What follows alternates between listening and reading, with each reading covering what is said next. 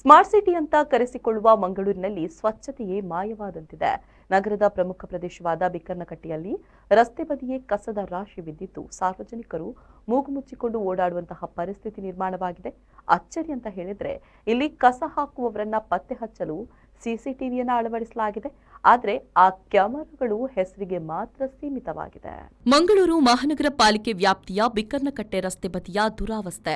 ಹೆದ್ದಾರಿ ಮತ್ತು ಪ್ರಮುಖ ರಸ್ತೆ ಸಂಪರ್ಕಿಸುವ ಈ ಜಾಗವೀಗ ಮಿನಿ ಡಂಪಿಂಗ್ ಯಾರ್ಡ್ ಆಗಿ ಮಾರ್ಪಟ್ಟಿದೆ. ರಾತ್ರೋರಾತ್ರಿ ಬರುವ ಕೆಲವರು ಪ್ಲಾಸ್ಟಿಕ್ ಚೀಲಗಳಲ್ಲಿ ತುಂಬಿದ ತ್ಯಾಜ್ಯವನ್ನ ರಾಜಾರೋಷವಾಗಿ ರಸ್ತೆ ಬದಿಯಲ್ಲಿ ಎಸೆದು ಹೋಗ್ತಿದ್ದಾರೆ. ಇದರಿಂದಾಗಿ ಇಡೀ ಪ್ರದೇಶ ದುರ್ನಾತ ಬೀರ್ತಾ ಇದ್ದು ಪಾದಚಾರಿಗಳು ಹಾಗೂ ವಾಹನ ಸವಾರರು ಹಿಡಿಶಾಪ ಹಾಕ್ತಿದ್ದಾರೆ. ಒಟ್ಟಿನಲ್ಲಿ ಸ್ಮಾರ್ಟ್ ಸಿಟಿ ಯೋಜನೆಯಡಿ ಕೋಟಿ ಅನುದಾನ ಬರ್ತಾ ಇದ್ರು ಮಂಗಳೂರಿನ ಪ್ರಮುಖ ರಸ್ತೆಗಳೇ ಕಸದ ತೊಟ್ಟಿಯಾಗ್ತಾ ಇರೋದು ವಿಪರ್ಯಾಸ. ಇನ್ನಾದ್ರೂ ಮಂಗಳೂರು ಮಹಾನಗರ ಪಾಲಿಕೆ ಎಚ್ಚೆತ್ತುಕೊಂಡು ಕೆಟ್ಟು ನಿಂತಿರುವ ಸಿಸಿಟಿವಿಯನ್ನ ದುರಸ್ತಿ ಮಾಡಬೇಕಿದೆ.